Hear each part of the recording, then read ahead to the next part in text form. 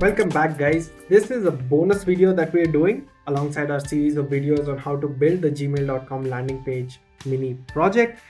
If you followed along, last video we saw how to design the nav bar. This video, however, is to show you how it is that we give feedback to our students when they attend one of the live workshops that we conduct over at the Edis Webmaster Bootcamp. So if you like what we're doing here, if you like the way that we teach in our workshops, do like this video, share it, subscribe to the channel, and click on the notifications icon so that you'll get notified every time we make a new video for this series. And come join us on the Edis Webmaster Bootcamp. Alright, we do a lot more workshops like this. In this video, you'll see how it is that we give live feedback to our students when they are coding along to web projects with us in the workshop. We take up their projects, we review them in person, we try and give personal attention to anybody who's coding along with us. So hopefully you like the video, hopefully you'll enjoy seeing how other students reach out for help and seek feedback. If you want the code for the entire project, you will find that in the bootcamp. So if you haven't signed up already, go do that in the link below, and we generally give out the code for every workshop, every webinar that we do, so that you can learn from it at your own pace, at your own time. Alright, so let's get to it. Here's a bonus video on how we give feedback to our students in our workshops. What I want you to do is go on to this website called CodePen, okay, .io. Okay, so something like this. Just go on to this page called codepen.io. Okay, this is for everyone. All right. Whatever you've done so far, if you want some feedback, if you want me to tell you where you're going wrong, what you can do to fix it, go on to this CodePen website and then make a new pen. Okay. So just give it a couple of minutes. It's going to, yeah. And then what you can do is you can basically share your link with me. Okay. Whatever you see over here on the top, you can end up sharing that with me. All right, so you can name it something like landing page, Gmail landing page. Okay, and then what you can do is you can paste all of your HTML, whatever was inside body, right? So you can paste all of the HTML over here, and then you can paste all of your CSS over here. Okay, and for the HTML, the other thing that you can do is you can just paste your link tags as well. Okay, so right up at the top over there, yeah, you can do that. So the beauty of doing something like this is you can then start to share this page with me. Okay, you can kind of share it with me. So anything after the question mark, I don't really need. Okay, so all I need is this, right? And so if I share this with you guys, then you can see what it is that I am building. Okay, by the way, if you want, bookmark this link. Okay, because this is where I'll probably keep all of my code. Okay, so at the end of the workshop, you can always come back and see how to build this. All right, you'll have the video recording, so that's obviously there. But I was just thinking, you know, this might be useful for you as well.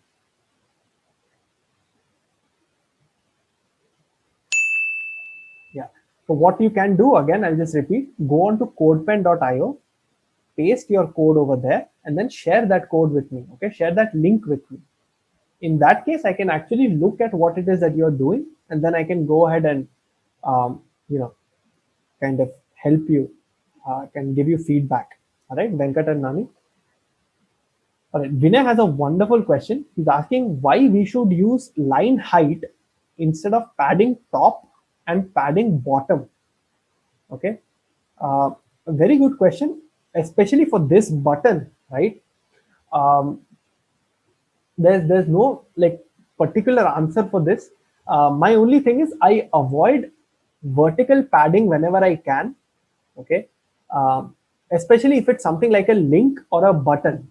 Okay, uh, to me, padding makes sense when you have you know, more than one element. Like if you have a container, Okay, if you have a box, something like nav, okay, this nav over here or this nav over here, um, to me padding makes sense over there for containers. Okay, like a box has padding, but think of something like a link. Okay, what does a link have? You can use line height to just say that, this is how much space my text should have. Okay, um, you could also use padding in that case. I mean, it really, I mean, just comes down to preference. Yeah, sometimes I like to use padding, sometimes I like to use line height. The benefit of line height is, I don't have to set two values. Okay, so with padding I have to be very careful that the top and the bottom padding are the same. The left and the right padding are the same, right? With line height, I can just say, hey, make it two times the size of whatever text you have over here. So the line height over there makes it much easier.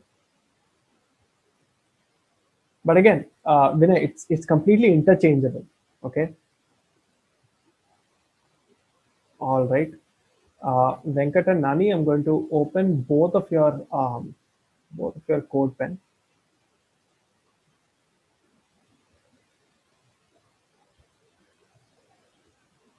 Okay. Oh my God, perfect, man. Mohan has done wonderfully. Guys, if you're on, you can take a look at their submissions as well. Really, really well done. Okay. So let's see what you have here. Okay. Um, it's actually pretty good stuff. You do you see this little red arrow over here? Okay. Okay. Just HTML that goes in the body goes here. Okay. So you don't need all of the other stuff. Okay. First of all, just remove that. Don't need body. Okay. So you don't need this on CodePen. I mean, you need it locally, obviously, but you don't need it on CodePen for sure. Okay, I don't think I can change yours, but you can go ahead and do that. So let's see. So this nav, okay, the only reason these guys aren't aligned, and I'll just do inspect element over here. Okay, so you have this navigation bar over here, right? You have a div, and then you have an A. Now, notice when you said align items to center, okay, for nav, what you did was you said whatever is the child of this nav, okay. So you're saying this div and this A should be aligned vertically, okay, and they are, right? If you notice that this div and this A, they both are aligned vertically compared to the nav, okay. What this div is doing on the other hand is that you didn't say what this alignment should be, right, between this image and this pan. Okay, I hope this is making some sense to you. For instance, there's no sense of alignment between this image and this pan over here. Okay, these two guys are not aligned inside this div.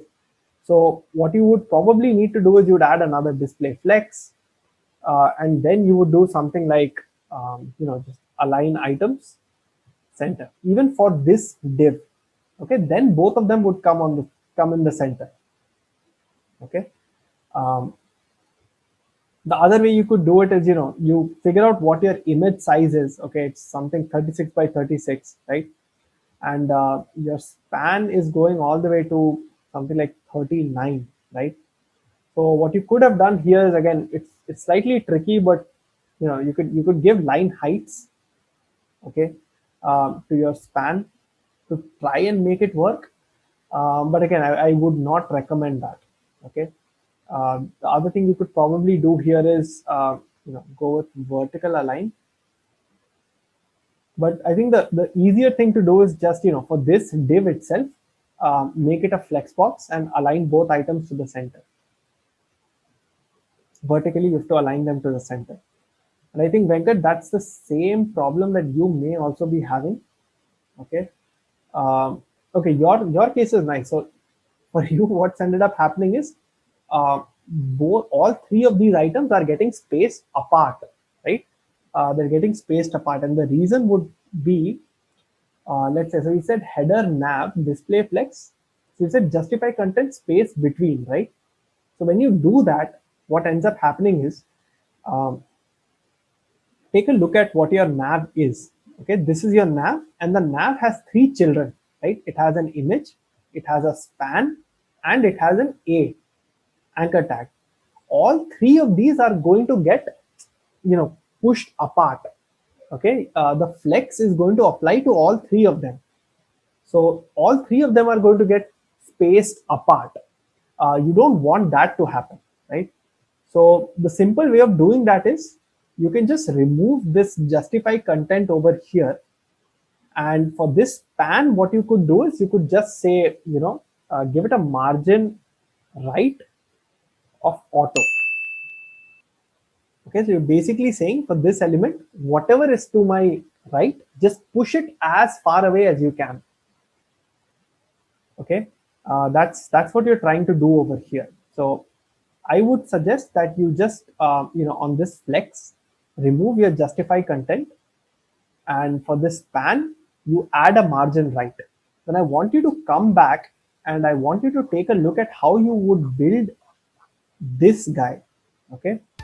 Hey guys, hope you enjoyed that video. We're one step closer to putting a beautiful web mini project on our resume. So I hope you're excited. I hope you're coding along with us. If you haven't signed up for the AWS Webmaster Bootcamp, the link is in the description below. Go ahead, sign up. The code for this entire project is available over there. You'll also get to chat with me and my team of mentors when you sign up for a free module. So go ahead, sign up, come say hi on the chat. We'll be more than happy to help you with this project, or if you wanted to talk about web development in general, if you wanted some career advice. That being said, if you like the video, if you like the kind of videos that we're doing, if you like the kind of workshops that we conduct, don't forget to like this video, guys. Share it amongst your friends, spread the word, tell people about what we're doing. And finally, subscribe to our channel, click on the notifications icon as well so that you'll get notified every time we do another of these series of videos, every time a new video is released. Hope you've had fun today, guys. I'll see you all in the next video.